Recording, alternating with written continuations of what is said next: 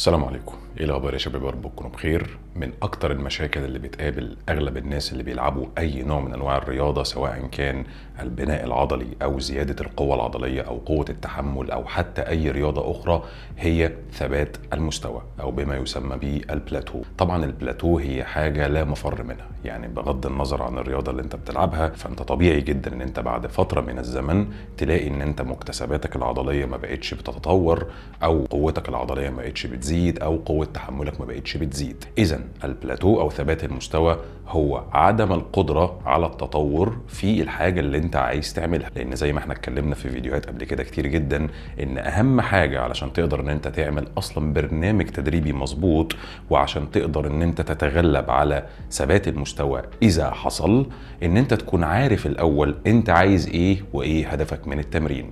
ففي الفيديو بتاع النهارده احنا هنناقش ما هو البلاتو او ثبات المستوى، ازاي ان انت تقدر تحدده، وازاي ان انت تقدر تتغلب عليه، عن طريق ان احنا هنمشي على بعض الخطوات واحده واحده عشان نضمن ان انت بعد الفيديو ده ان شاء الله مش هتكون محتاج ان انت تفكر كتير او توجع في دماغك كتير، هتبقى عارف ازاي تتصرف لو حسيت ان انت مش بتتطور في الجيم.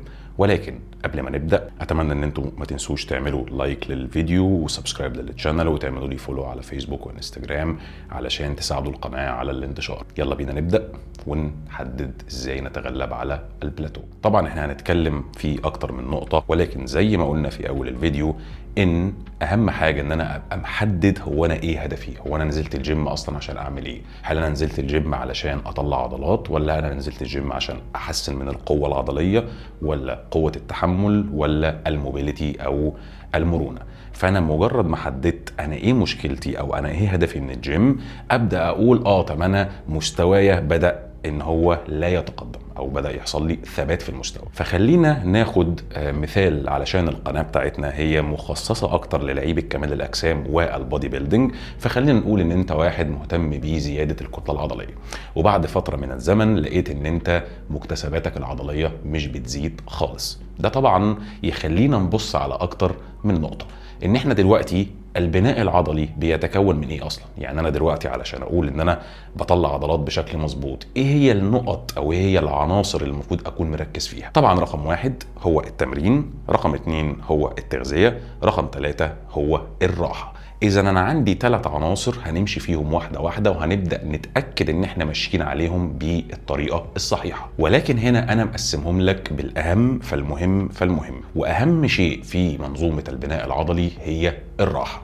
الراحه دي قد تكون في الايام الراحه وسط الاسبوع. لو انت مثلا السايكل التدريبيه بتاعتك 5 ايام، فانت بتاخد يومين راحه. هل انت بتاخد ايام الراحه بالشكل المظبوط، ولا هل انت من الناس اللي بتتمرن 7 ايام في الاسبوع 3 شهور ما بتوقفش خالص، ما بتاخدش ايام للراحه؟ هل انا لما باخد ايام الراحه دي بشكل مظبوط، يعني بريح يومين في الاسبوع وبتمرن 5 ايام، هل انا بعد فتره من الزمن، شهر شهرين 3 4 5 6، لما بحس ان انا الفتيج او الاجهاد العضلي بدا ان هو يعلى عندي، هل انا بعمل الديلودز ولا لا؟ طيب ما هو الديلود؟ الديلود هو ان انا بشوف الاحمال بتاعتي اللي انا بحققها على العضلات وببدا اقللها للنص او للربع او للثلاث ارباع، بحيث ان انا ادي فرصه للجسم عندي ان هو يعمل ريكفري، ولكن بتسمى الاكتيف ريكفري، اللي هو انا بنزل الجيم لكن بحط حمل تقريبا النص اللي انا متعود احققه، فبدي فرصه لجسمي ان هو يريكفر. طبعا الديلودز ممكن تكون في صوره تقليل الاحمال من حيث عدد المجاميع، الوزن،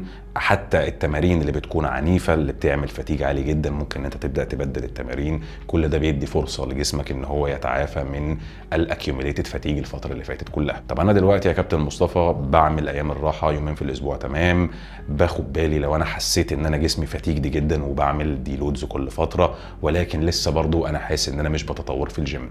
هنا اقول لك طب تعالى بقى، هل انت واخد بالك من النوم؟ لان النوم هو اهم عنصر في الريكفري. انت بتنزل الجيم وبتبذل مجهود كبير جدا وبتشيل اوزان وعضلاتك عايزه تتكيف على الحمل اللي انت عملته، فمن المهم جدا ان انت تكون بتنام بشكل مظبوط. ولكن هو ايه هو النوم بشكل مظبوط اصلا؟ النوم بشكل مظبوط بينقسم الى اكتر من نقطه. اولا انت بتنام كام ساعه؟ هل انت بتنام 4 ساعات، 5 ساعات، 6 ساعات، 8 ساعات؟ النوم المظبوط بيتراوح ما بين 6 ساعات ل 8 ساعات حسب كل شخص. في ناس ممكن يناموا 6 ساعات ويحسوا ان هم فايقين والدنيا تمام، في ناس ممكن يحتاجوا 8 ساعات واحيانا 9 ساعات كمان. فاول عنصر لازم تاخد بالك منه في موضوع النوم ان انت تكون بتنام الفترات المناسبه من 6 ل 8 ساعات بما يتناسب مع مستواك ومع احساسك بالريكفري بحد ذاته. طيب انا بنام يا كابتن مصطفى 8 ساعات، ماذا بعد؟ بعد كده اعمل ايه؟ هل انت بتنام بعمق ولا انت بتبقى قاعد في السرير وخلاص؟ لان في بعض الناس ممكن يخش السرير يقول لك انا نايم، ولكن هو فعليا مش بيدخل في مرحله الريم سليب او الديب سليب اللي بيحصل فيها الريكفري. فانت فعليا بتبقى نايم في السرير لكن جسمك لا يتعافى من المجهود اللي انت عملته في التمارين السابقه. طيب انت بتنام ال8 ساعات وبتنام ديب سليب وبتخش في مرحله الريكفري، ولكن يوم بتنام الساعه 10، يوم بتنام الساعه 2، يوم بتنام الفجر، يوم بتنام الساعه 8، فجدولك في النوم ليس منتظم. ودي نقطه لازم تاخد بالك منها، ان انت تحاول تخلي جدول النوم بتاعك يكون عدد الساعات مظبوط، ديب سليب عشان تعمل ريكفري، وفي نفس الوقت يكون ستيبل سكادول، يعني تنام كل يوم تقريبا في نفس الوقت. يعني لو انت واحد طالب جامعي او بتشتغل وبتصحى الصبح مثلا الساعه 7، فلازم ان انت تعمل جدول للنوم، يعني كل يوم بخش انام الساعه 11 بالليل علشان اكون حققت ال8 ساعات بتوعي، سواء ان انا كنت في الويك اند او في الويك دايز، لو انا كنت يوم الخميس او الجمعه او في وسط الاسبوع. حاول قدر المستطاع ان انت تحافظ على ميعاد النوم ثابت كل يوم على مدار الاسبوع. ده هيساعدك ان انت الريكفري اللي هتستفيد منه من النوم هيكون احسن، لان الساعه البيولوجيه داخل الجسم هتكون منتظمه اكتر في افراز الهرمونات والريكفري بتاعك. جزء اخر مهم جدا من فترات الراحه او الريست او الديلودز هو السايكولوجيكال ستريس. انا ممكن اكون واحد بتمرن كويس، حاسب كل حاجه مظبوط، ولكن انا حاسس ان انا مضغوط، حاسس ان انا تعبان، عندي مشاكل في الشغل، عندي مشاكل عائليه، عندي مشاكل صحيه. كل دي حاجات قد تسبب ستريس او ضغط زياده على الجسم، ولازم تحط الحاجات دي في الحسبان. لو انت حسيت ان انت سايكولوجيكلي عندك مشكله او حاسس ان انت مش في المود، عادي جدا ان انت تقلل الحجم التدريبي بتاعك او تقلل الشده التدريبيه بتاعتك عشان تدي لجسمك متنفس ان هو يعمل ريكفري. طيب يا كابتن مصطفى انا ظبطت الراحة، من فترات الراحة للديلودز للنوم لكل الكلام ده جميل، ولكن انا لسه برضو مش بتطور في الجيم. اذا ندخل على المرحلة اللي بعدها وهي مرحلة النيوتريشن او التغذية.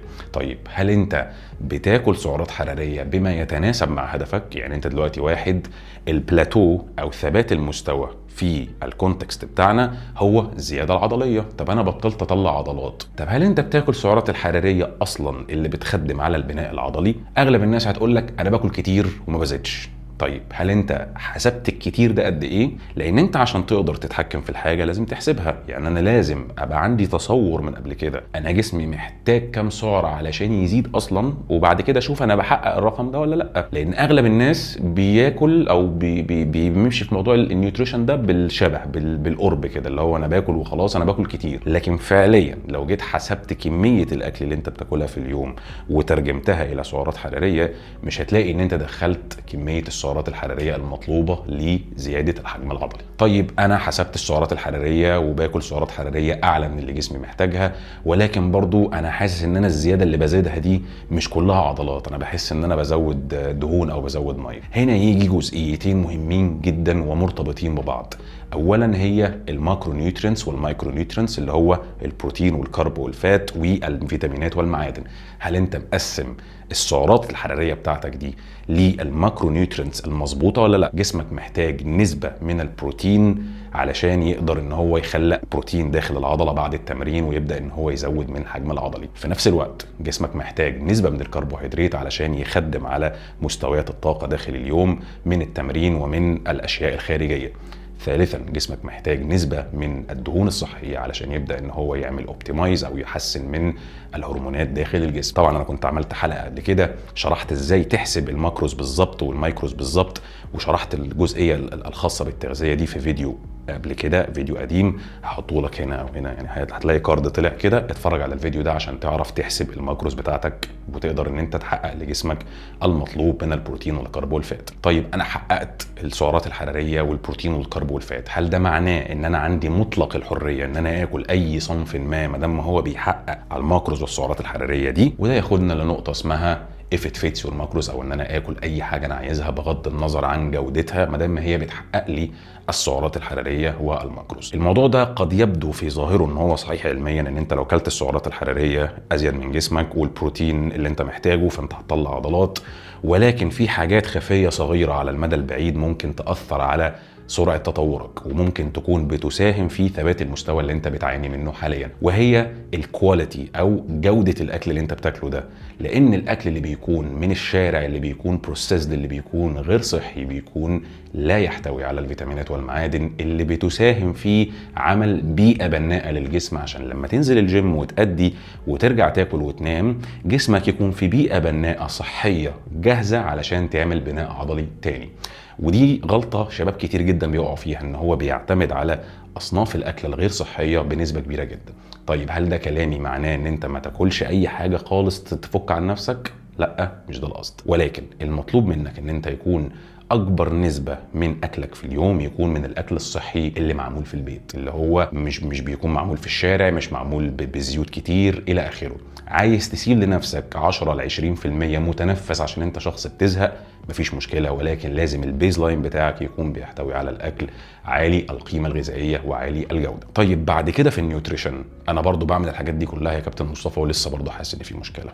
يجي جزئيتين اخرين وهي توقيت الاكل وتردد الاكل. في ناس ممكن لو كل وجبة كويسة قبل الجيم على طول تحتوي على بروتين وكربوهيدرات وفات يقدر ان هو يؤدي بشكل افضل في الجيم. تخيل معايا كده لو انت واحد نزلت الجيم وانت واكل، او نزلت الجيم وانت مش واكل، هتلاقي ان انت لما بتكون واكل قبل الجيم بيكون اوزانك اعلى، قوتك اعلى، تركيزك اعلى. اوزان اعلى معناها ان انت بتحقق نتائج افضل، بتخلي العضله تتاقلم على حمل اكبر، فالحجم العضلي بيزيد.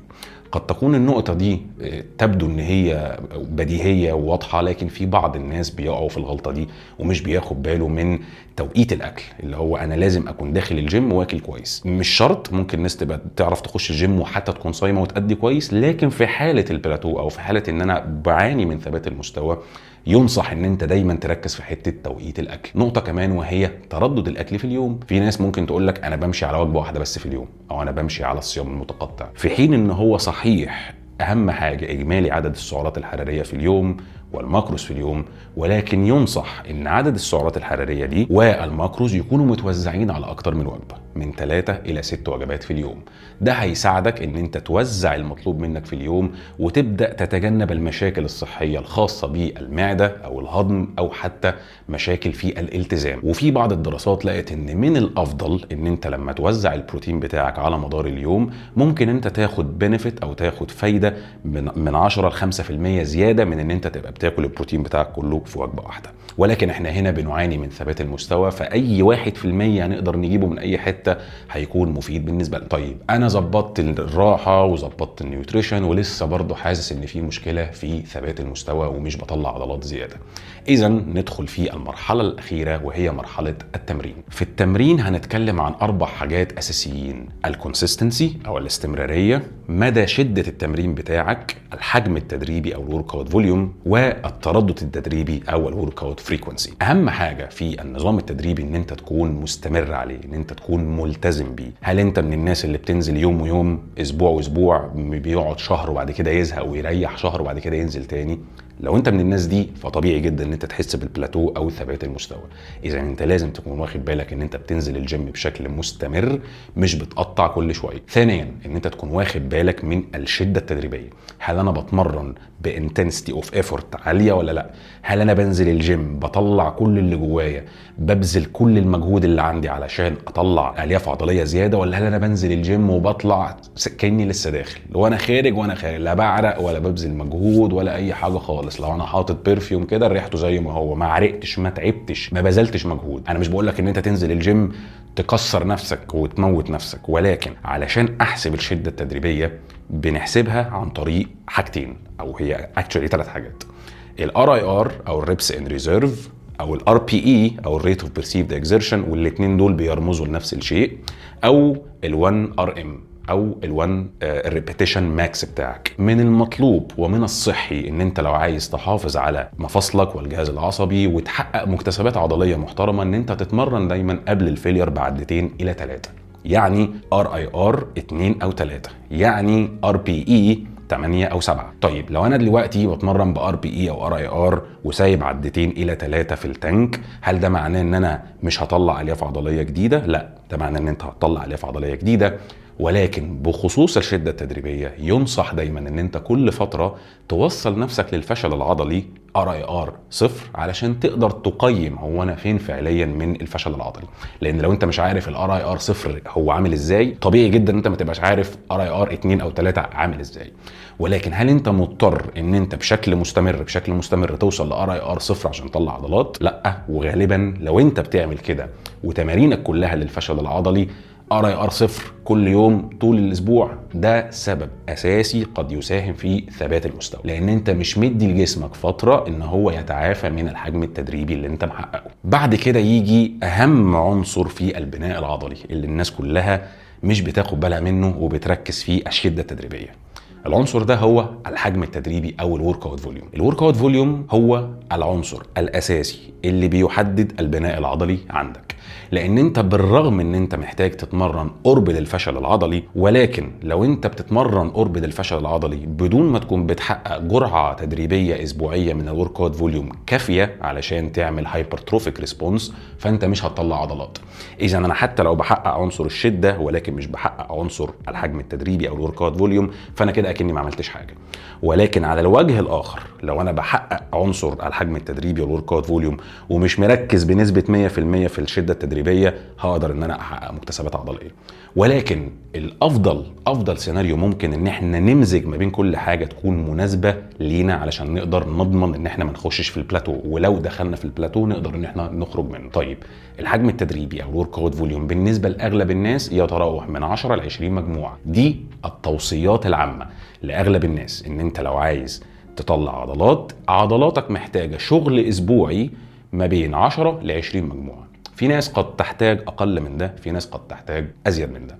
فلازم ان انت تكسبيرمنت مع نفسك وتشوف، تجرب تشوف هل انا دلوقتي كنت ماشي على عضله الشيست اللي مش بتتطور خالص دلوقتي على 10 مجاميع ومفيش زياده عضليه، انا مش حاسس ان انا بتطور. هقول لك قلل الشده شويه، ارفع الحجم التدريبي شويه، زود مجموعه، زود مجموعتين. فانت لازم تكون بتبص على كونسيستنسي، الاستمراريه، الشده التدريبيه والحجم التدريبي، وهو اهم عنصر في مرحله التدريب. رابعا واخيرا هي الفريكونسي او الورك اوت فريكونسي او تردد التدريب. الناس بتختلف في الحته دي، ان انت ممكن تتمرن العضله مره واحده بس في الاسبوع، ممكن مرتين، ممكن 3، عن طريق ان انت بتستخدم اساليب تدريبيه زي البرو سبليت اللي هو بتمرن العضله مره واحده، او البوش بول ليج ان انت بتمرن عضله مرتين، او ابر اند لور 3 مرات، او حتى فول بودي 4 او 5 او 6 مرات. في حقيقه الامر ان لو مرنت العضله مره او مرتين او 3 هيكون في فرق لكن مش الفرق اللي انت متخيله. يعني هيكون في فرق تقريبا نقول 5% لو انت بتمرن العضله مره واحده بس وحاسس ببلاتو، لا مرنها مرتين. لو بتمرنها مرتين وحاسس ببلاتو، مرنها 3 مرات. الورك اوت فريكونسي بيرمز لايه؟ بيرمز ان ال20 مجموعه اللي احنا اتفقنا عليهم في الحجم التدريبي او الورك اوت فوليوم، بدل ما كنت بتمرنهم كلهم في يوم واحد، لا انا هوزعهم على يومين او 3. طب ده ممكن يساعدني في ايه؟ ممكن يساعدني ان انا ازود من الكواليتي او من الجوده بتاعه كل مجموعه. بدل ما انا كنت باجي اتمرن 20 مجموعه وان شوت مره واحده بس في التمرين، لا انا بقيت باخد 10 في 10. بدل ما كنت بتمرنهم 10 في 10، لا انا هاخدهم على 3 ايام، 7 6 6، علشان ادي لنفسي فرصه ان انا كل مجموعه تكون بتتاخد فعليا قرب الفشل العضلي بجد، بجوده مظبوطه، بتكنيك مظبوط، فاقدر اطلع منها اعلى هايبرتروفيك ريسبونس. ولكن تاني انا عايز اكد ان الفرق ما بين تمرين العضله مره واحده بس في الاسبوع او مرتين او 3 مش الفرق الضخم جدا اللي ممكن يفرق واحد عن التاني 100%. هو في فرق، ولكن فرق نون سيجنيفيكانت، مش فرق ضخم جدا. ده معناه ايه؟ معناه ان انت لو واحد بتستمتع بنزول الجيم وتلعب عضله مره واحده بس في الاسبوع، اعمل كده، انت مش غلط ومفيش مشكله وهتطلع عضلات برضه. ليه؟ لان في ناس ممكن يكونوا بيتمرنوا فعليا العضله دلوقتي مرتين في الاسبوع بوش بول ليج او 3 مرات ابر لور، ومش قادر، مش حاببها، مش عارف يستمر عليها. ولو نزل مره واحده بس في الاسبوع اللي هي برو سبليت يقدر يستمر ويحط اوزان اعلى. انا ما عنديش مشكله معاك، اعمل كده، ودي حاجه ممكن تخليك تطلع من مرحله البلاتو. من النقط المهمه جدا برضه اللي الناس ما بتاخدش بالها منها هي نطاق العدات. اغلب الناس بيبقوا حاشرين نفسهم في نطاق عدات واحد، يا اما بتمرن من 6 ل 8 عدات بس في كل مجموعه، يا اما بتمرن 15 او 20 عده في كل مجموعه. وفي حقيقه الامر ان ده ممكن يكون سبب من اسباب ثبات المستوى عندك، لان انت ما بتديش لنفسك فرصه ان الجهاز العصبي يتاقلم ويعمل نيورال ادابتيشن على نطاق عدات واسع. انت محجم نفسك في نطاق عدات واحد، وده ممكن يكون سبب من اسباب ثبات المستوى. لازم تنوع ما بين نطاق العدات، لان كل نطاق عدات في الاخر ما دام انت بتقرب للفشل العضلي هيعمل لك هايبرتروفيك ريسبونس، ولكن تاقلم الجهاز العصبي على الديماند الخارجي على نطاق عدات مختلف بيسبب زياده عضليه افضل على المدى الطويل. انا مش بكلمك على شهر شهرين ثلاثه، لا انا بكلمك على سنه سنتين ثلاثه. طيب انا عملت كل ده يا كابتن مصطفى ولسه حاسس ان انا عندي ثبات في المستوى، بعمل كل اللي انت بتقوله وبرضه مش عارف اكسر الحته المعينه دي،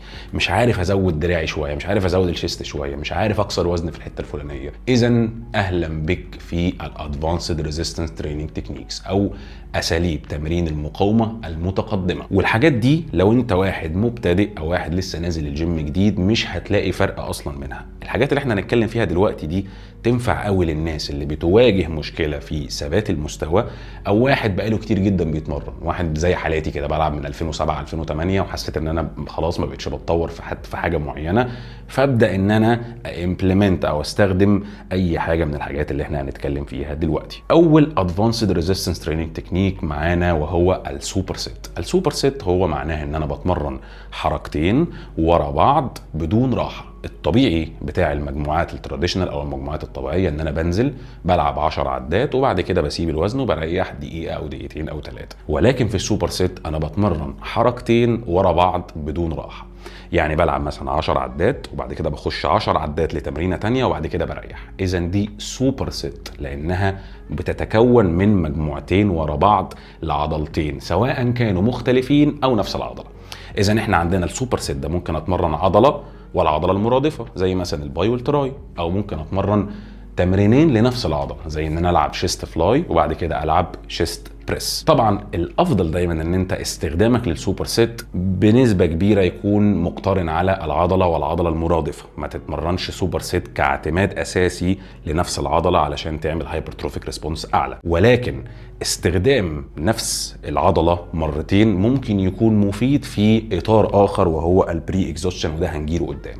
ولكن في نقطه السوبر سيت انصحك ان انت لما تيجي تعملها اعمل العضله والعضله المرادفه، وده طبعا بيكون مفيد جدا جدا جدا خصوصا في توفير الوقت، لان في بعض الناس ممكن يكون ثبات المستوى بتاعهم بسبب ان هم ما عندهمش وقت ينزلوا الجيم او يقعدوا في الجيم كتير اصلا. فبمجرد استخدامك للسوبر سيت ان انت بتسكويز او بتقلل وقت السيشن التدريبي بتاعك، فبتقدر ان انت تستمر فتره اطول او تنزل الجيم عدد ايام اكتر فتعمل هايبرتروفيك ريسبونس افضل. بعد كده الدروب سيت. الدروب سيت معناها ان انت بتلعب ال3 مجاميع بتوعك او ال4 مجاميع بتوعك او ايا كان، وبتيجي في المجموعه الاخيره رقم 3 او رقم 4 في الجدول بتاعك وبتقسمها الى مجاميع صغيره تاني. يعني انا باجي في المجموعه الاولى بلعب 100 كيلو 10 عدات، المجموعه الثانيه 100 كيلو 10 عدات، المجموعه الثالثه 100 كيلو 10 عدات، وبعد كده اقوم منزل 25% والعب 10 عدات او اكتر، وبعد كده انزل 25% واعمل 10 عدات او اكتر، كده انزل 25% واعمل 10 عدات او اكتر. ده طبعا بيعمل حجم تدريبي زياده وبيعمل بامب زياده وبيزود من الميتابوليك ستريس وممكن يساهم في الساركوبلازميك هايبرتروفي. فده اسلوب من اساليب الادفانسد ريزيستنس تريننج تكنيكس، ممكن يساهم في الزياده العضليه معاك لان هو بيأثر اكتر في المنطقه بتاعه الميتابوليك ستريس والاكيوميليشن بتاع الفلويد داخل العضله، وممكن يكون حاجه مفيده جدا لكسر البلاتو. حاجه تانية مفيده جدا ممكن ان انت تبدا تستخدمها هي السلو ايسنتريك. طبعا لو احنا تخيلنا معانا ان كل عده بنعملها في الجيم هي مكونه من 4 اجزاء. اولا بطلع بالوزن بثبت، بنزل بالوزن بثبت. اذا انا العده بتاعتي بتتكون من 4 اجزاء. يقال ان انت لو عملت الجزء السالب العده السالبه نزلت بالراحه ممكن ان انت تعمل زياده عضليه ازيد من الناس اللي بتعمل العده السالبه بشكل مش كنترولد او بشكل مفهوش تايم اندر تنشن اكتر.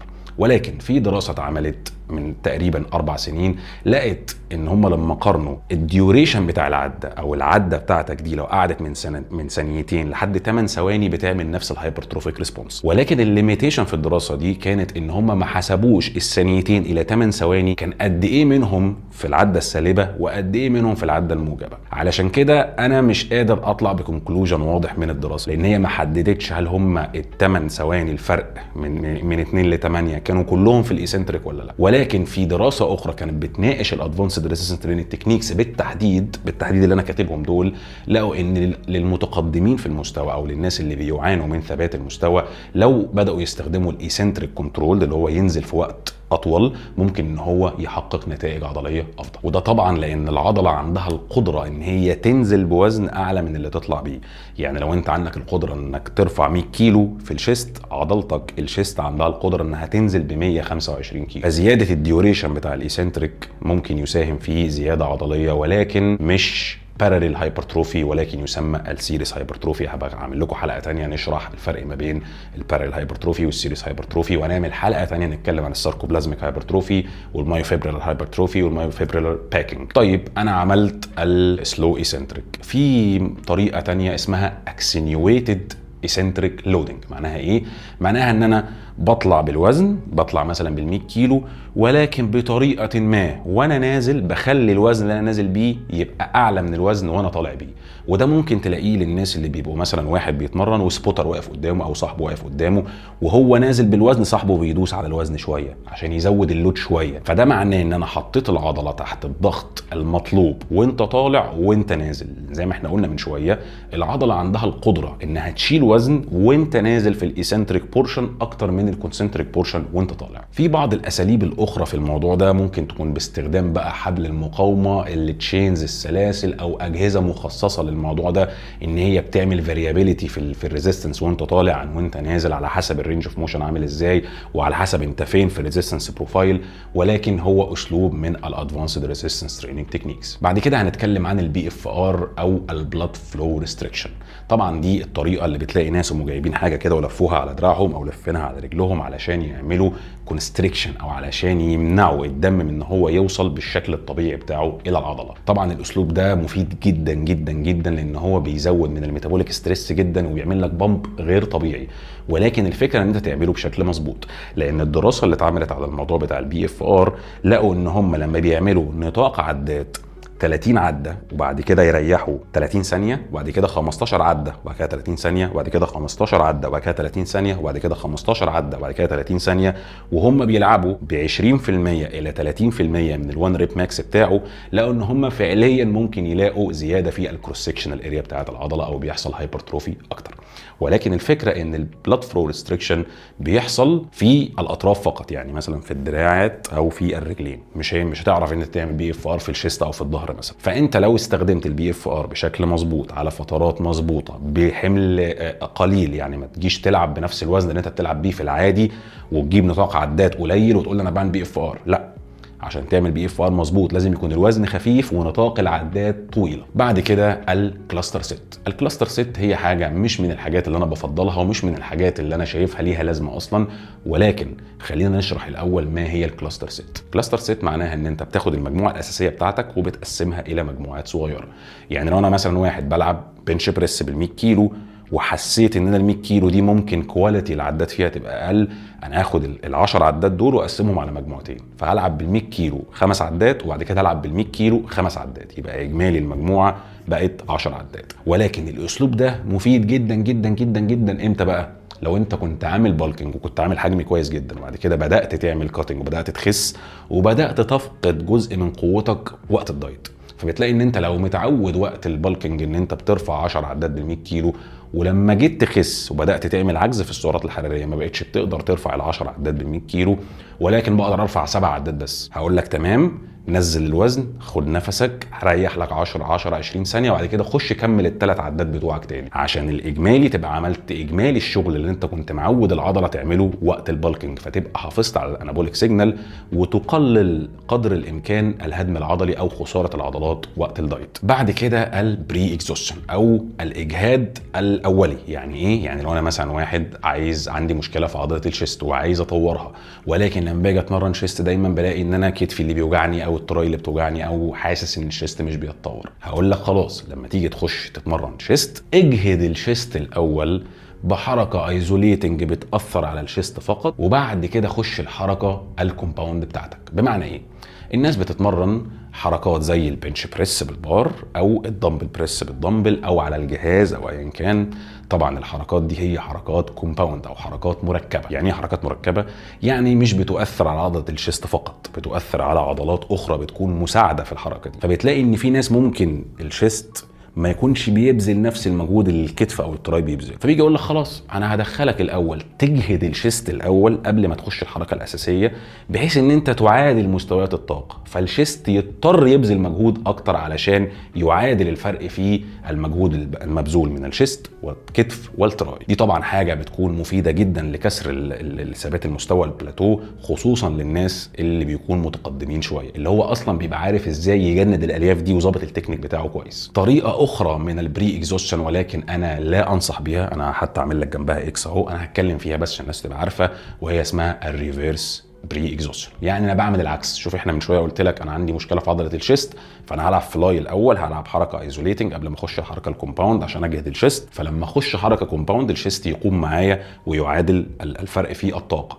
هنا بقى بيقول لك العكس، بيقول لك لما تيجي تلعب وعندك مشكله في عضله الشيست اجهد التراي الاول قبل ما تخش، بحيث ان انت عندك الشيست يبقى ما قداموش حل غير ان هو يبذل مجهود اعلى، لان التراي تعبانه، فالشيست هيضطر ان هو يعوض الموضوع ده ويجند فيه الياف عضليه اعلى. ولكن الدراسات لقت ان البري اكزوستشن الاولاني احسن من الريفيرس بري اكزوستشن، وانا لا انصح به.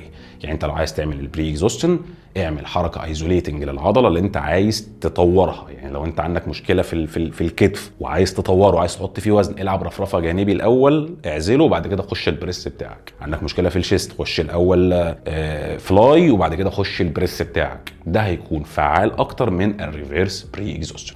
وبكده احنا هنكون خلصنا الفيديو وناقشنا ازاي تتغلب على البلاتو، واوعدك لو انت مشيت على كل الخطوات اللي احنا اتكلمنا فيها النهارده مش هتطلع من الفتره دي الا وانت متغلب على ثبات المستوى. لو كملت معايا الفيديو لحد دلوقتي احب اشكرك، تكملتك الفيديو بتساعد القناه على الانتشار، ويا ريت ما تنساش تعمل لايك للفيديو وسبسكرايب للشانل وتعمل لي فولو على فيسبوك وانستجرام. ولو عندكم اي استفسارات تقدروا تتواصلوا معايا من خلال الموقع في اللينك في الديسكربشن بوكس تحت. شكرا ليكم يا شباب وسلام عليكم.